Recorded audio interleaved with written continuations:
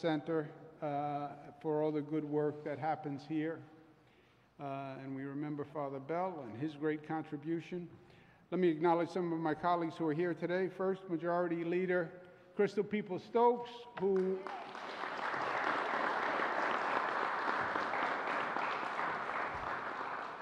let me just say a word about Crystal. You know her as your representative and your voice, and she does a fantastic job on that level. But Majority Leader means she is a leader in the New York State Assembly, and she is a powerful leader. And we just went through what was probably the most difficult budget the state has done, but probably the most potent budget that the state has done.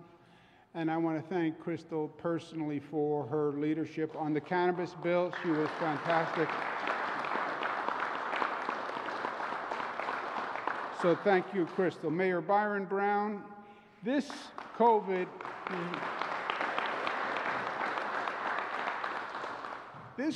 crisis was a test of people in general, and it was a test of leadership. No elected official had gone through this before. And you really get to see what a person is made of, frankly, when the pressure is on. And I can tell you a better partner I did not have across the state than Mayor Byron Brown. He really stepped up when things were at their worst. So let's give him another round of applause.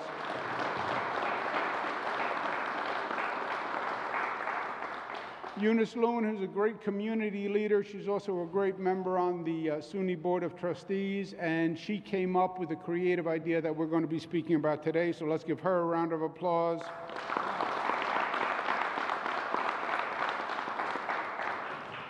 Lucy Candelario, who's our host today, thank you for opening up the Bell Center. Thank you for all your good work.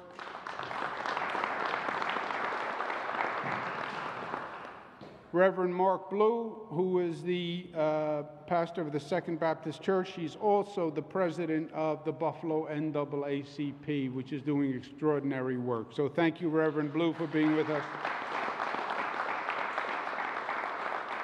We have Thomas Buford, who is the president and CEO of the Buffalo Urban League.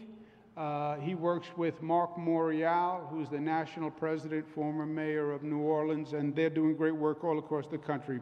Pleasure to be with you. Thank you.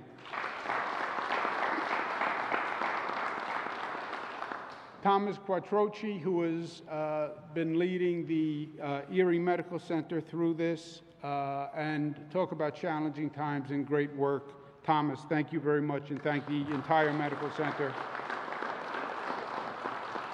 And Dr. Raul Vasquez, who is the president and CEO of G Health Enterprises. He's going to be participating in the initiative we announced today. Dr. Vasquez, thank you very, very much. Thank you.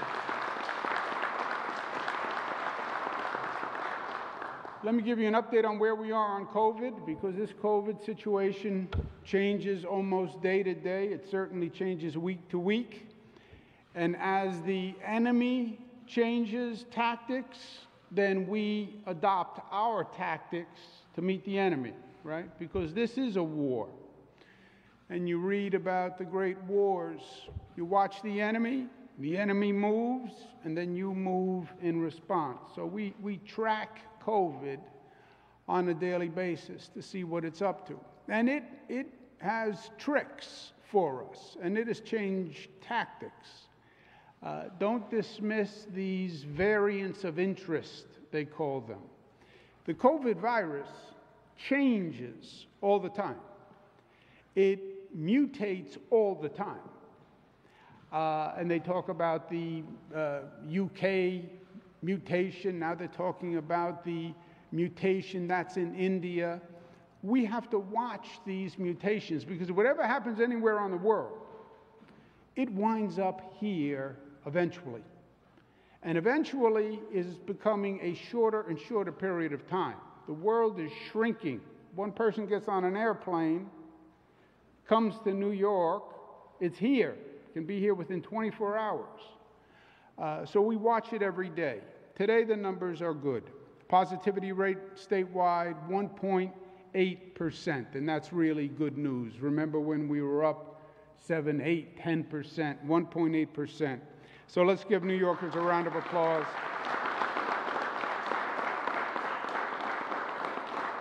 2,900 people hospitalized, that's down 183. That's the first day under 3,000 since November 24th, so that's really good news also. 691 in ICU, that's down. 425 New Yorkers intubated, that's down. Lowest since December 3rd. Positivity by region. And this is fascinating because it's one state. We all get the same message. We all have the same access, but yet you see variations in the positivity across the state. Western New York, unfortunately, highest positivity in the state today, 3.5%. Finger Lakes, 2.8%. Mid-Hudson, 2.1%.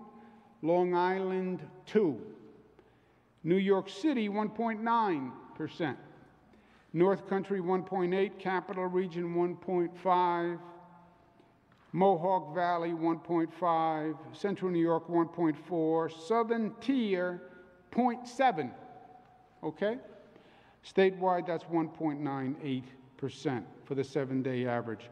That 7-day average is the first day under 2% since November 7th, which takes us all the way back to pre-Thanksgiving, pre-holiday surge. So the numbers are going very well. As the numbers move, we move. As the enemy moves, we move. So this is all very good news. Well, good, then let's throw off the masks and let's all go celebrate. We're not done with COVID yet. All those good numbers, 38 people died yesterday. 38 people died yesterday from COVID. So yes, we're making great progress, but people are still dying every day from COVID. So we have to weigh those two facts, right? Well, Governor, you said we're doing great and we're making progress. I did. Well, then why can't we get back to normal? Because 38 people died yesterday, and people will die today. So we're not through the woods yet. 3.56 in Western New York is the highest percentage in any region. We are working doubly hard in Western New York to get that number down. How do you get the number down? Two ways: precautions and vaccinations. What are precautions? Precautions are precautions. Precautions are common sense. Wear the mask, socially distance, be careful. Well, I'm tired of all of this. And we're making progress, I know, but we're not home yet. And we have to keep up with the precautions. We're relaxing the precautions as the numbers are getting better, but we're not home yet. Precautions. And the ultimate weapon to win the war, the vaccinations. Get the vaccination. We vaccinated 15 million New Yorkers so far. 45% of New Yorkers have gotten at least one shot.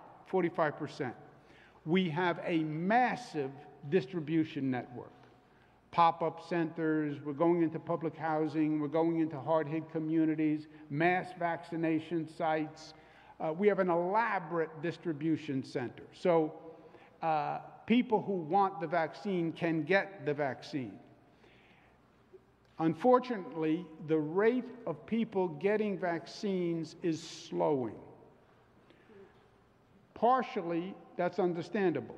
You're up to 45% of the population. Those who were most eager to get the vaccine came in first. You get to 45%, now you're starting to see a slowing in the number of people coming in for the vaccine. We were doing 175,000 vaccines every 24 hours, statewide. We're now doing about 115,000 shots every 24 hours. Did you reduce the distribution? No. We just have fewer people coming in. So we have to work harder to get people to come in for the vaccinations. We're focused on two groups: the doubtful and the youthful. Who are the doubtful? Doubtful are people who doubt the vaccine. Well, government says I should get the vaccine. You know what? I don't believe government. To those people, I say it's not government that says it.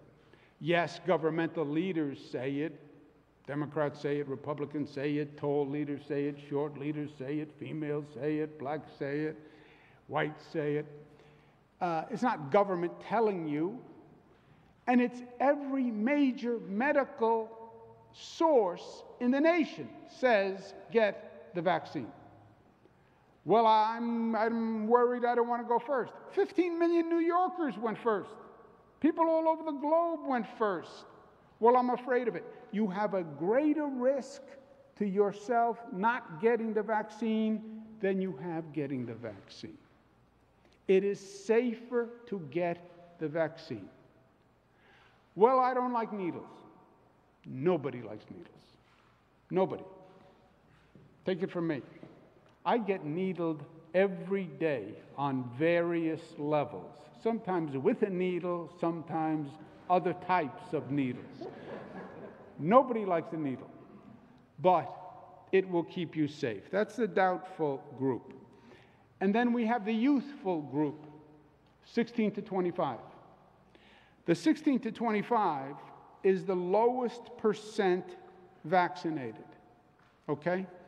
Listen to these numbers, because the mayor, when I was here last time, raised this point, and I went back and I looked at the numbers and he was right.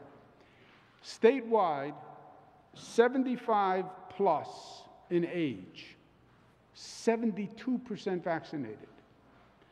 65 to 74, 80% vaccinated. 65 to 74. 16 to 25-year-olds, only 34% vaccinated. In Western New York, your vaccination rate is higher than the state rate in 75 plus and 65 to 74 plus. It's a little lower on 16 to 25. 16 to 25 is our target audience. Why? Why is their number lower? First, in truth, our emphasis on COVID from day one was always about older people. Older people are more vulnerable. Older people are more vulnerable. Second, younger people became eligible later than older people, right? Eligibility for 16 plus just opened up fairly recently. But also, younger people are younger people. And, they have been told they're this is less dangerous for them. They're young, they're strong, they're superheroes, nothing can hurt them. They'll get over it. Well, my friend had COVID, my friend's fine. I'm fine, I'm young, I'm strong. That may all be true. But first of all, it's not true. Young people have gotten very sick from COVID also. Young people get what they call long-haul syndrome. There's a group of people who get COVID, and it lingers for months and months. And they're still studying this long-haul syndrome. But younger people, yeah, maybe it's not going to affect you, but you don't live in a world alone. If you said to me, I live in a cabin in the woods and I don't see anyone, all right. But if you live in Buffalo, if you live in Western New York, if you go into a shopping center, if you go to school, if you have a family, if you say hello to your grandmother or your father or your brother or your sister, or you shake hands with someone on the street, then you are affecting other people. So it's really not just about you, right? I know we like to think rugged individualism. I know. but we live in a community. We live in a society. I'm standing here today. Crystal is here. Byron is here. What I do affects other people. What we all do affects other people. Yes, you're young and you're strong, but what you do affects other people. We talk about social responsibility, social equity, community, helping one another, supporting one another. Get the vaccine. It's the best way to help one another. You want to say you care about me? You want to say you care about us? Get the vaccine. And say, you know what, I got the vaccine. I wasn't afraid for me. But because I love you, and I care about you, and I understand that my actions can affect you, that's why I took the vaccine. And that is true for every 16 to 25-year-old. Now, we want to make it easier to do it, and we are targeting the 16 to 25. Eunice Lewin came up with a great idea, Dr. Vasquez. Tomorrow and Saturday, we're going to have a pop-up at the Greater Buffalo United Accountable Healthcare Network, 1195 Main Street. It will be open to everyone, but primarily focused on 16 to 25. NFTA has provided free bus vouchers for 1,000 young people so they can get to the vaccination site without having to pay the bus fare. Let's give the NFTA a round of applause.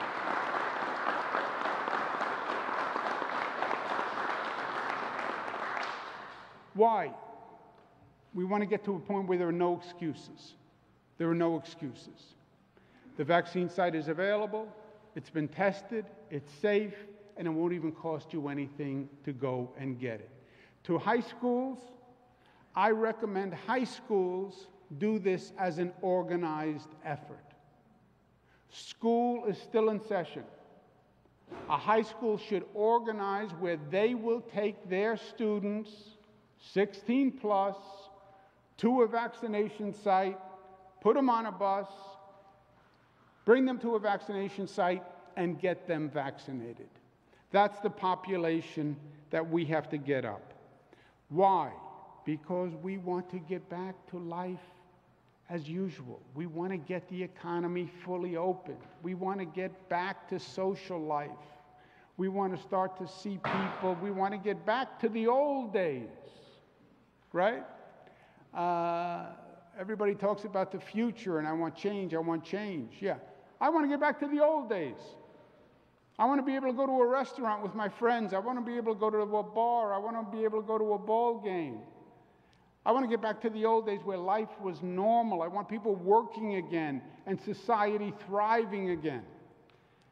And the vaccine is the best way to do that. We're taking another step forward since the COVID numbers are going to come down. And we're going to announce that the Buffalo Marathon is going to return this year, June 26th and 27th. And we want to thank Greg Weber very much for organizing that. But the marathon will go on. So congratulations to Greg Weber, and let's move forward with that.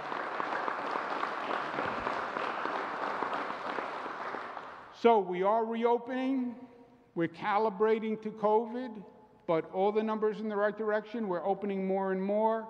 The Buffalo Marathon is another example of that. We are in the home stretch. We'll use the marathon. We're coming around the last corner. The tape and the end of the race is ahead of us.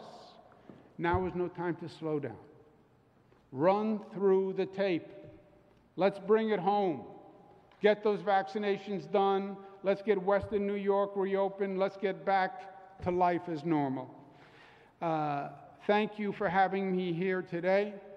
Let me now turn it over to Crystal Peoples-Stokes, Majority Leader. You'll then hear from Mayor Byron Brown.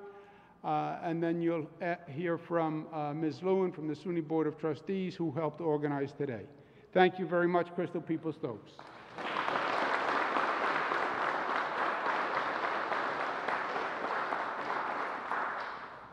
Thank you, Mr. Governor. Thank you for being here in our beloved Buffalo yet again. Folks already know every time you come there's some good news, and so I think this is also good news as well. I'd also like to thank Mayor Brown as well as Lucy Candelario for allowing us to be hosted in the Father Bell Center. I want to thank Reverend Mark Blue, Trustee Eunice Lewin, and Dr. Raul Vasquez for all of your hard work and partnership that's been going on during the course of this pandemic. The last time you were here, Mr. Governor, we talked a lot about equity and what that means. You said it means basic justice requires that you give help to the communities that need it most.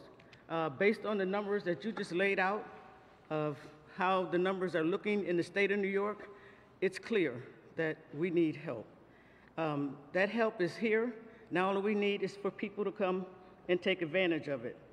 Throughout this pandemic, some seniors told me this just a couple of weeks ago that they followed your lead on this, Mr. Governor. And so you have always taken the progressive steps forward in bringing us through what is probably the most horrific time in any of our lifetimes. And so for those seniors at the Gloria Park Center, I want to thank you personally for them, because that's what they said to me when I went to see them. Thank the governor for me. So I'm thanking you for them. You also took the opportunity, which I think is awesome, to create a vaccine clinical trial force that kind of just put New Yorkers together to figure out how do we get the vaccine out. You created the Vaccine Equity Task Force, which is clear that everything needs to be done from an equity lens. And you created the vaccine pop-ups here and across the state to literally meet people where they are. As opposed to someone needing to go to a hospital or a clinical setting, you create up these pop-up centers so that they can go where they live. Over the last 3 weeks, we've seen COVID positivity rates increase in Western New York. This is a community that urgently needs the help, and we are grateful to you for providing that. Our region has the lowest share of young people getting vaccinated, and I think that can change based on the strategies that have been put together here today under the leadership of yourself, Governor, as well as our SUNY trustee, Eunice Lewin, a thought leader for sure, Eunice Lewin. Everyone 16 years and older is now eligible to get vaccinated. Everyone 16 years and older is now eligible to get vaccinated. So I really like the way you present it. If you really care about the people who are around you and who live with you in your community, that should be one of the major reasons that you would get vaccinated. Not that you're concerned that you're going to get sick or it's not going to be good for you, or in the long haul it's not good for people of color. All of these great myths folks have talked about. But it's because you're concerned about the people who you live in and around. I've been vaccinated. I was vaccinated at the same time my mother was, who was 95 years old. And I was vaccinated because I care about her and because I care about my grandson. And by the way, I would like to go out to a restaurant, have a meal and a glass of Pinot Noir or something like that. I would like to do that again. As much as restaurants are clamoring to have that access, I'm clamoring to get there. But I need everybody else to work with me so we can allow that to happen. I also want to take this opportunity to, along with the governor, thank NFTA for providing 1,000 passes. I mean, that is really, people often say, well, I can't get there, it's too far, I don't want to walk. Well, take the bus, and you have access to do that because of the NFTA. Again, I want to thank the governor for helping us all to understand why we need to get back to a normal life, that we can all enjoy our families. Our president said this on the day that he was sworn in, that he would like to see us be able to hug our relatives on the 4th of July. I'd like to be able to hug my relatives before the 4th of July. And if we can get everybody vaccinated and get our numbers down in Western New York like they are across the state, and soon they will be 0, then we can start hugging sooner than later. With that, I want to thank the governor again for being here, and welcome to the podium our great mayor. You all know him well. He's none other than Byron W. Brown. Mr. Mayor.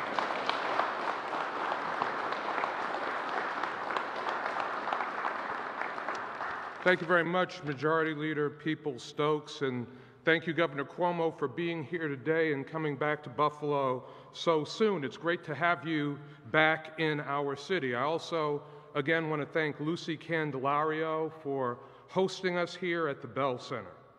Governor, the last time you were here, we talked about the disparities highlighted by the COVID pandemic and the work you've done to increase equity and access to the vaccine. That is so critically important. I can share with all of you that last week I attended a funeral of a young man, more than 20 years younger than me, that passed away from COVID.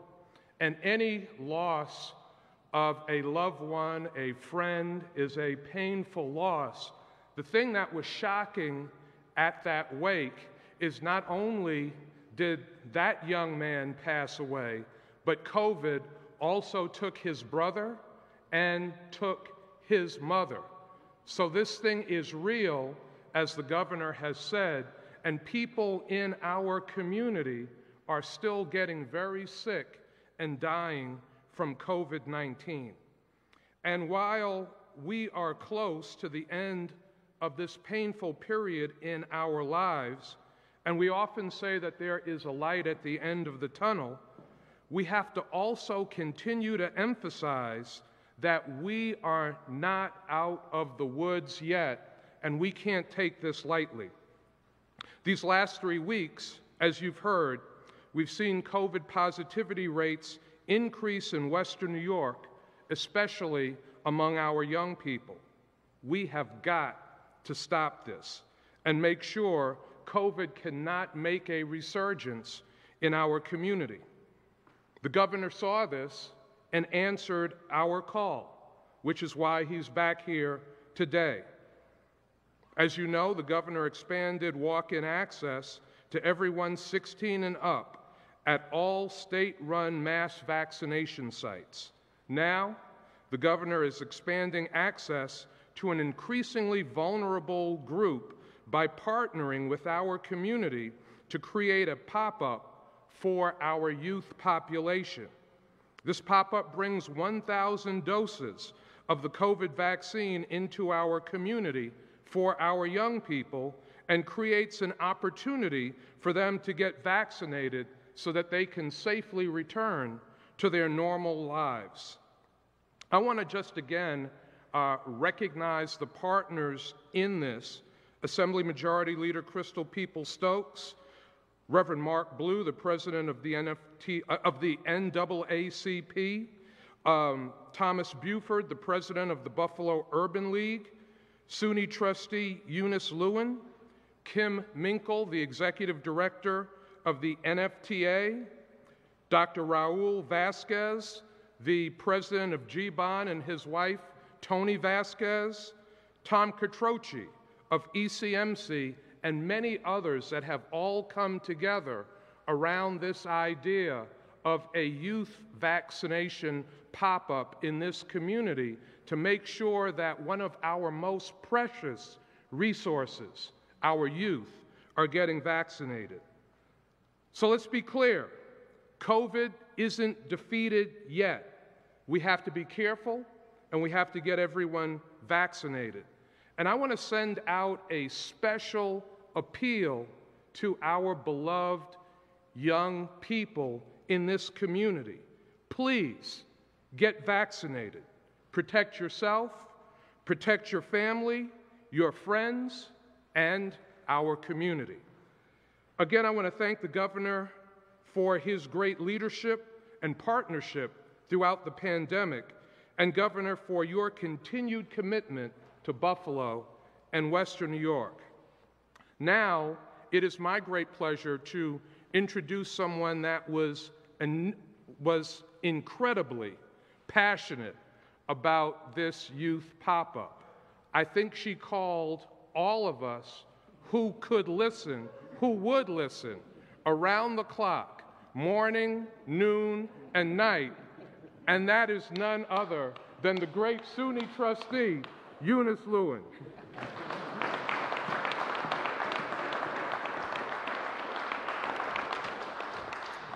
Thank you, Mayor Brown. Good morning. Good morning. Buenos dias. Buenos dias. I like it. Governor Cuomo, Majority Leader Crystal People-Stokes, Mayor Brown, Reverend Blue. It is an honor to be here with you on this very special day. Governor, thank you for continuing to fight tooth and nail to crush COVID-19. You are not leaving any stone unturned. For over a year, you have led the people of New York by focusing on what needed to get done to save lives. Early on, it was making sure communities had PPEs and COVID tests. Since the fall, you and your team have made sure the vaccines are safe and have fought to get New York State the vaccine it needs. Governor, your efforts to bring vaccination to the underserved areas all over the state have been remarkable.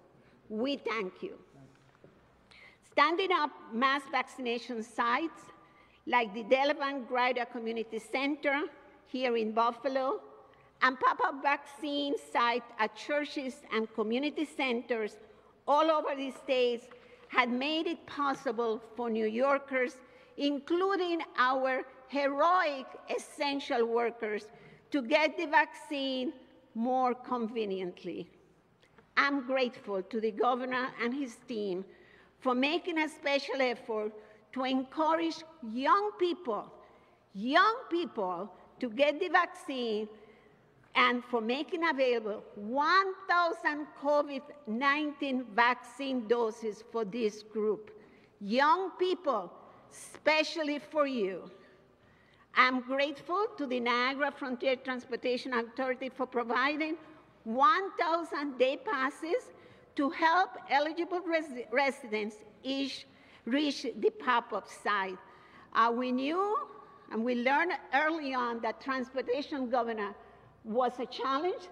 So tomorrow, we do not have that problem. We have free transportation.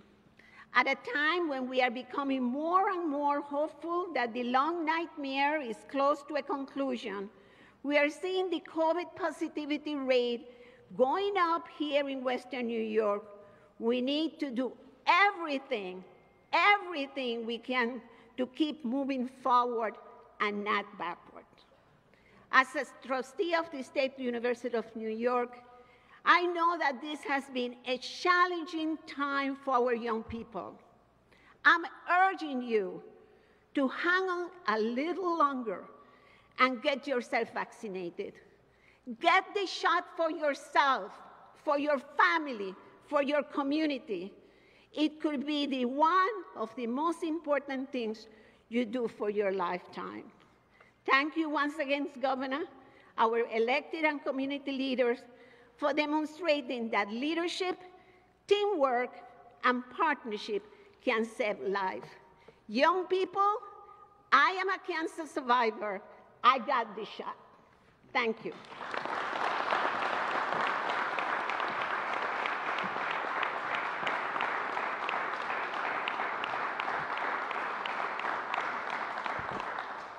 Let's give Ms. Lewin another round of applause for getting it done. I'm now going to ask Dr. Vasquez to administer 2 vaccines for us, for two volunteers, 2 young people volunteers who are going to come up and receive the vaccine. The vaccine can be done faster than you text, faster than you post. I'll tell you, a very cool post is you getting a vaccine shot. That is a very cool post. Dr. Vasquez?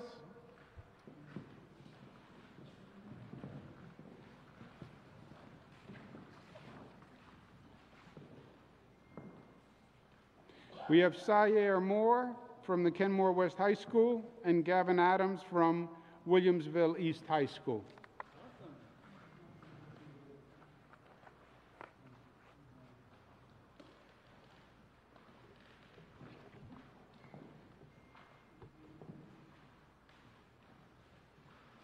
I also heard a statistic, I don't know if it's true, but young people who were vaccinated got more dates, I heard. Did you ever hear that? I don't know if it's true.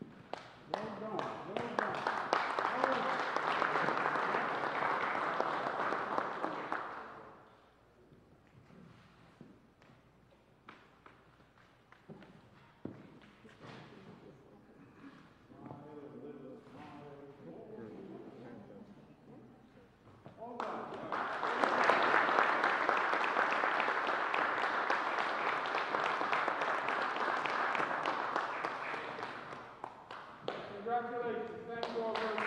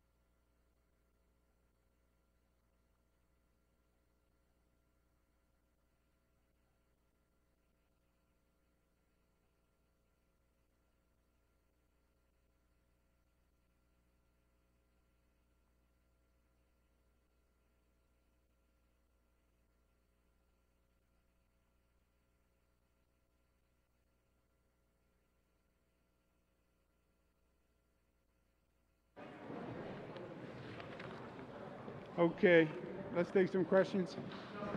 New York Times, why did your aide repeatedly overrule health officials on nursing home data for over a period of 5 months? Yeah. Let's talk some facts. What was happening with nursing homes, you have to rewind the tape, right? Remember where we were. The whole COVID situation was highly politicized. It was politicized between the federal government and the state governments. And the federal government, I was critical of the federal government for not doing enough on COVID. And the federal government was blaming Democratic states for not handling it. And it was highly political. It was in the middle of a presidential campaign. And the president was blaming Democratic governors and pointing to nursing homes as the problem, and blaming the Democratic governors for nursing home deaths. Nursing homes were ground zero of COVID deaths, as we all know for obvious reasons. The concern from the state was that we provide accurate numbers. And that was what was most important. that the numbers we released were accurate. And the number of nursing home deaths was very hard to count because all states counted it differently. Some counted just the number of deaths that happened in a nursing home. Some states counted people who were in a nursing home, sent to a hospital, and then died in a hospital. Some states counted what a nursing home considered a probable death from COVID. They didn't know, but it was probable. So this was a very amorphous and changing topic. And our number one concern, especially in this superheated political environment, was whatever number we put out had to be accurate because it was being criticized by both sides. The number itself was always going to change. It's not that anybody was trying to secret a number, because it wasn't about the number, it was about the accuracy of the number. For example, we've now discussed this topic ad nauseum, right? How many people died in nursing homes in New York State? I'm asking you. No, let me just, hold it. Let me finish my point. How many people died in nursing homes? You don't know. Does anyone, you're in the 99th percentile bracket of informed people. How many people died in nursing homes? None of you know. It wasn't the number, it was the accuracy of the number. And we did not want to release a number that was inaccurate because that would fuel the politics. Oh, the state said it was 900, it turned out to be 2,000, it turned out to be 800. It had to be accurate. So we said to the Department of Health, make sure the number is accurate, audit the number. What then happens is President Trump not only uses political rhetoric, President Trump goes to the Department of Justice and starts an investigation against 4 states, all Democratic states, on the number of people who died in nursing homes. Once you bring in the Department of Justice, now it's no longer just a political fight. Now it's the Department of Justice that can indict someone. Well, it was a political investigation. Of course it was a political investigation. But the Department of Justice under Donald Trump was a political organization. Attorney General Barr was a political operative of the president. They started an investigation. You know what the lawyers say when an investigation starts from the Department of Justice? Be careful. Be careful, because now whatever you say, they can use against you. So it started as, it was a political football. We then wanted to make sure the number was accurate, because many different states counted it many different ways, and you were in the middle of pandemonium, and we didn't want an inaccurate number, because then everybody would say, oh, it's inaccurate. And then the Department of Justice starts a political investigation. And that then, quote unquote, freezes the situation, because the lawyers say we have to be very, very careful. This was all politics and all a political football that then morphed into an investigation, which made all the lawyers very careful about what the information they put out was. What happened in nursing homes? People died in nursing homes. COVID came here before anybody knew it was here. Fact. It was here for months before anyone knew it was here. Fact. The federal government failed to diagnose the fact that it was here. Fact, the staff brought COVID into nursing homes unknowingly. Fact, there was spread which was asymptomatic spread, which the federal government said didn't exist. And staff were infected from asymptomatic people, and they brought it into the nursing home. Fact, the federal government was wrong that there was no such thing as asymptomatic spread. The federal government said early on, you have to have a symptom to spread it. You had to sneeze on someone. You could get it off a surface, but it was a symptomatic person. They said there was no such thing as asymptomatic, meaning I have no symptoms, but I could spread the virus. They were wrong. Staff got infected, they brought it into the nursing homes. That's what happened in nursing homes, and that's what happened in New York. It then became a political football, federal government saying the Democratic governors are to blame, not the feds. Feds had nothing to do with anything, it was the Democratic governors. I said, other Democratic governors said, the federal government was asleep at the switch, and now it was a political food fight. We want to make sure the numbers are accurate, because the number changes every day. And it was never about any particular number, it was about the accuracy of the number. And that was always the point. And that's why when I ask you, the press corps, how many people died in nursing homes, you still don't know. Excuse me one second. Because it's not the number, it was the accuracy of the number.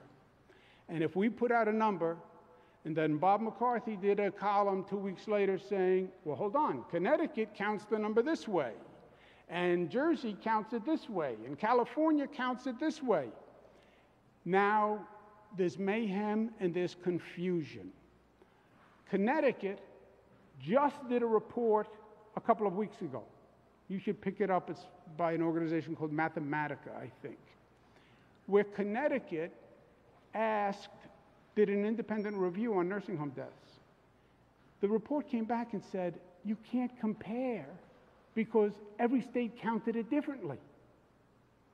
So it was always about the accuracy, and all we wanted from the Department of Health was accurate, and the numbers were changing, and then the Department of Justice started a political investigation. And I'm a former AG, I'm a former assistant district attorney. When you are under investigation by the Department of Justice, every piece of paper you submit, you better be 100% right that is accurate. And yes, it was political, and yes, I think it was despicable and unethical that you used the Department of Justice to make a political investigation right after the Republican convention. But even a political investigation can generate liability. The health department was confident enough in the number to put it in a letter reportedly to the legislature that was never sent. How come? The Department of Health was asked, can you verify the number? Their answer was unsatisfactory. Plus or minus. Accuracy was everything. We then had an audit done of the number. The number showed 600 variants post-audit. Now you could say, well, so what, 600? Yeah, 600 lives is a big deal. And accuracy is a big deal, especially at that time when people were nervous. When the audit was finished, basically the DOJ investigation started. And look, all this retrospective, well, you didn't want to release the number because the number was high. The number was high compared to what? Compared to what? Publicly published on the Department of Health website. Well, we always published the total number of deaths, which was accurate, which, by the way, is still the only number that means anything. Because whether you died in a nursing home or you died in a hospital, that is who do you attribute that death to? Do you attribute it to a nursing home or do you attribute it to a hospital? How about if you were in a nursing home and got sick and then were sent to a hospital and you died in the hospital? Who do you attribute that death to? Well, I think that should be a nursing home death. Okay, how about if you were in a hospital and sent to a nursing home and you died in the nursing home? Who do you attribute that death to? A nursing home or a hospital? Well, I don't know. How long were you in the nursing home before the person died? The total number is what we put out every day because that was inarguable. They then got into this political game. Well, let's count how many in a nursing home versus how many in a hospital. And now you have all sorts of questions and variables. I was in a nursing home for 1 week. Then the person was sent to a hospital, died in a hospital. But they died within 1 day of getting to the hospital. Well, we'll count that as a nursing home death. You go to a hospital, but you die 7 days later. Is that a hospital death or a nursing home death? You're dancing on the head of a pin. We always put out the total number of deaths. Today, with retrospect, when you go back, you find states have all different ways of counting. And the only number that mattered was the total number of deaths. I'd like to ask a question on a completely different topic. Governor, businesses across New York, many of whom are still trying to recover from the pandemic, are now learning that their unemployment insurance premium rates are skyrocketing 100, 200, 300%. This at the same time that the Department of Labor is patting itself on the back for all the fraud it's caught. They won't say, however, your administration won't tell the public how much fraud has gone out the door, how many millions or billions has gone out the door to fraudsters. Is it fair that these businesses now have to refill a fund that may have been depleted by fraudsters? 2 points. One, a little bit, I told you so. Second point, I don't know. I have to check about the increase in the unemployment insurance. Again, in retrospect, in the beginning of COVID, the federal government authorized an unemployment insurance program. I was bombarded every day. There are 4,000 people who are waiting for unemployment insurance checks and they can't get them. One person said they called, they were online for 3 hours. One person said they went and they've been waiting for 2 weeks. One person was waiting for 3 weeks. What did I say to you, not you personally? Did I say it to you personally? Back here in a year and you'll tell me why is there all this fraud. So but you use that then to explain the delay. So if there was that delay for those folks, the proper checks and balances we assumed were being made. No, you can't have it both ways. I said to you last year, what you're going to turn to me next year and say is, there was fraud in the program. I said, you're going to say that. Now you're saying, get the check out the door, get the check out the door, get the check out the door. I'm saying, we have to do checks. We have to do verification. Just because you call up and you say, I'm unemployed, how do I know if you're unemployed? You may just be sitting at home and going to work and just want to claim a second check. I have to verify that, and verification takes time. And the populace, represented by the Able Press Corps, said, Get the check out the door, get the check out the door, get that check. I said, we're going to move as fast as we can, and then you're going to come back to me and you're going to say, some people got checks who shouldn't have gotten checks. That is the price of expediting the process. And look, the fraudsters wind up hurting the good people, because you did have good people who just needed the check to pay the rent and weren't conning anyone. And then you had some people who were committing fraud. By the way, our level of fraud in the program is much, much lower than most states, because we didn't rush it that fast, and we did do verification as fast as we could. I don't know about the issue you raised. I don't know about increases to unemployment because of the fraud. I will check. I just don't know about that. Governor, 2 questions. And I don't mean to say you personally. I personally stood here and asked you that, but you said we got to take our time to prevent the fraud, and it seems like the fraud has not been prevented. Well, look, there was such a deluge, right? We did millions of claims, and we did need to do them quickly. And if you were going to do full verification on everyone like we normally do, it would have taken months to get those checks out.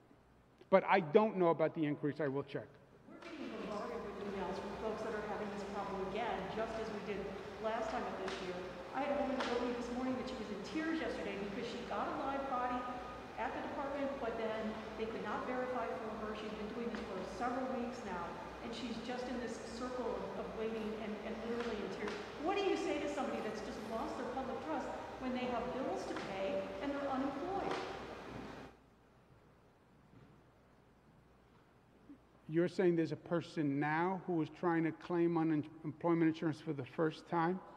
All the work towards verification, and she actually ended up speaking to somebody, but they said they couldn't verify it until that process went through. But she's been in I believe a 4-week now of waits. Well, something is strange about this story, because the number of unemployment insurance claims have come way, way, way down. The time we were talking about, we had millions of claims. People now, it's the reverse. People are going back to work now. We don't have anywhere near the number of unemployment insurance claims. But this is the exact example. Sometimes there's fraud, and it has to be verified. Well, I don't want to wait for you to verify it. Yeah, I know, but if we don't verify it, then there's going to be fraud. And then someone's going to ask me a question. There was fraud, and the unemployment insurance rate went up. They have to be verified. Governor, 2 questions, please. Said this morning that he wants New York City opened up by July, fully open. Is that something that you would sign off on? And just to bring it back into Buffalo, is that something the rest of the state can plan on? I want it opened up on Monday. He said that he plans to open. I want to open up New York City Tuesday. I want to open it up Wednesday. I want Buffalo fully opened on Thursday. You know, it's a statewide management system, and we are managing it by the science, by the data. You look at the number, and you will see the rate of opening. I would hope, I am reluctant to make projections because I think they're irresponsible. July 1. You have May, you have June. You know, what happens in May, what happens in June? I would like to get the reopening, hopeful reopening date before that. I don't want to wait that long. I think if we do what we have to do, we can be reopened earlier. Governor, you talked about open. You talked about wanting the state to reopen, get back to normal. What does that look like to you? What are the metrics that you're going to count on where you can turn in your executive order pen for emergency orders and go back and maybe take a day off? Second question, I'm sorry for what my Red Sox have been doing to your Mets over the last couple of nights, but the Blue Jays are headed to town, or at least we think they are. And if they do arrive, what kind of stadium capacity could we be looking at? First, there are anomalies that happen in points in time. everybody gets lucky once in a while, right? All right. So I would not place too much stock in this momentary phenomenon. The stadium capacity we have now at, I have to get the exact percentages where we are now, but we are talking about increasing it. And some of the stadium owners are talking about a higher level of capacity for vaccinated people. And that is something that we're pursuing with them. In other words, could you have X percent capacity plus Y percent of vaccinated people? Because, you know, the vaccinated people are less of a risk. So that is something that we are looking at. What does reopening mean? Reopening means literally everything back to normal. Everything back to normal. The way we're doing it is we are reopening, and I would say aggressively, but it's phased to the change in the data. When you see the positivity and the hospitalization rate go down or stabilize, we reopen more. It is a mathematical function, if you will, to positivity and hospitalization rate. So we've been increasing curfews, et cetera. We're going to be increasing capacity level because the number is down low. I believe the number is going to stay low. I believe the vaccinations will continue. I believe the number will continue to drop. So I believe we'll have a continued reopening. I would like to get to functional reopening earlier than a July 1. There'll always be some safety precautions in the near term. You know, 6 feet. Even if you said, you know, this is less about government regulations, because people are smart. Even if I said today, you don't have to wear this and forget the 6-foot rule, I think people would still be careful. You know, it's now culturalized to people. Some people don't believe it. And by the way, the people who don't believe it don't wear the mask anyway, right? Some people don't believe the 6-foot guideline, and they don't follow it anyway. But some people, I think, are always going to be more careful. But functional reopening is getting to 100% capacity near term with certain safety precautions, 6 feet, like that, mask wearing. We look to the CDC and the NIH for the main guidance. We've adopted everything basically that they have said. We're actually a little more aggressive than the federal CDC and NIH, because I think the cost of not being open is much greater than people think. And people talk about it in economic terms. I think it's the social cost has been phenomenal. Divorces are up something like 300% worldwide. Children missing a year of socialization. I mean, what does that do to someone?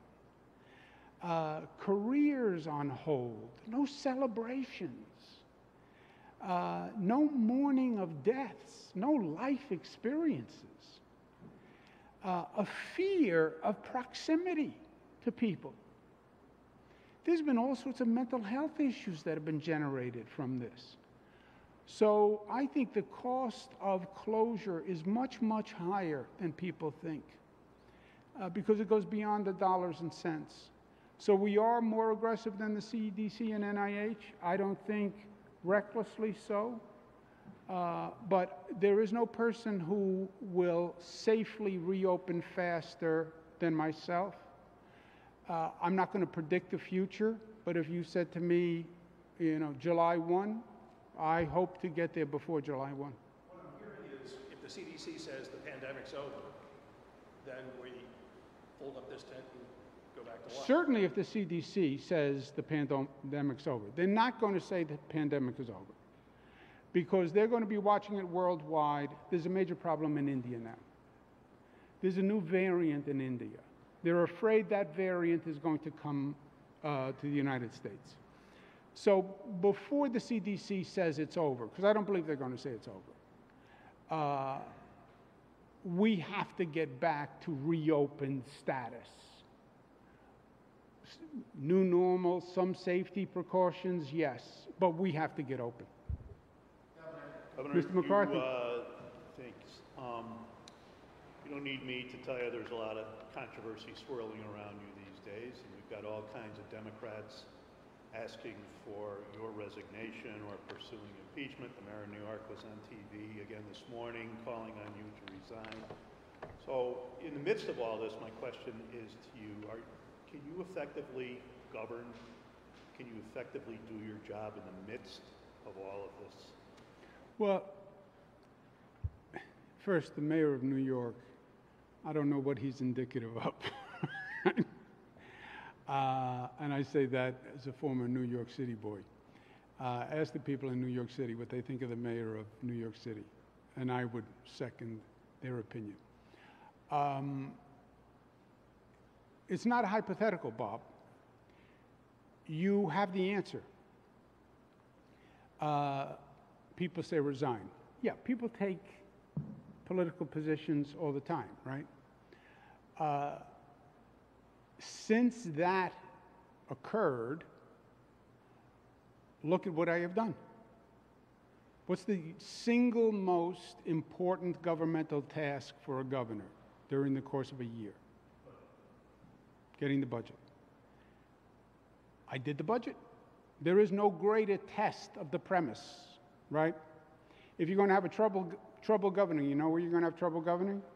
In the budget. That's where you would have had trouble. And we had a timely budget. And by the way, Bob, you've covered this for many more years than I've been in service. This was the most complicated budget in modern history. You had the greatest state need ever, tenant need, small business need. You had a federal infusion of funds, which was not what we had asked for, right? I had asked for $15 billion. They gave us $12.6. We had to make up for that shortfall. And we wanted to pivot to reconstruction. And in the legislature, you don't have a monolith in the legislature anymore. You know, it's not like the old days where you had a leader who could go back and say, this is what it is, and everybody said, aye, aye, Captain. So it was probably the most difficult, but also the most impactful, and that was the litmus test for your question. Governor, you've been interviewed as part of the Attorney General's review into the sexual harassment allegations, and if not, do you think? I have not, but I can tell you this.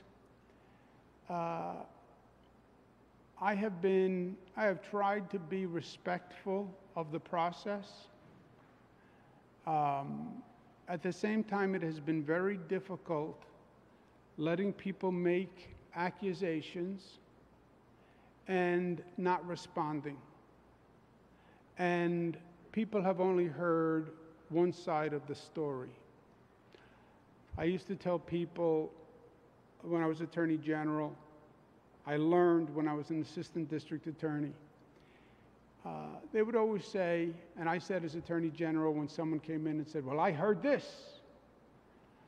I said, until you hear both sides of the story, you haven't heard anything.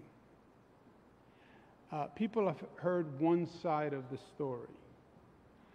I can't tell you how eager I am to tell my side of the story. And the time will come. Thank you, guys.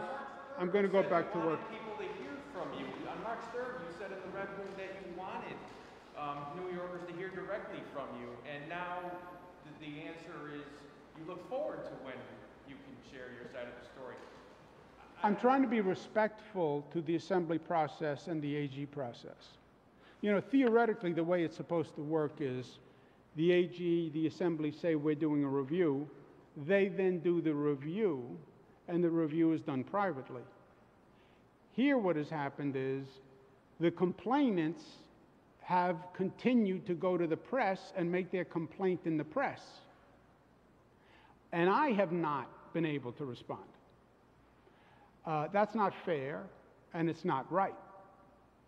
So I'm trying to be respectful, but I'm very eager to tell my side of the story. And any good reporter, any good lawyer, any savvy New Yorker knows there's always two sides to the story. Thank you, guys.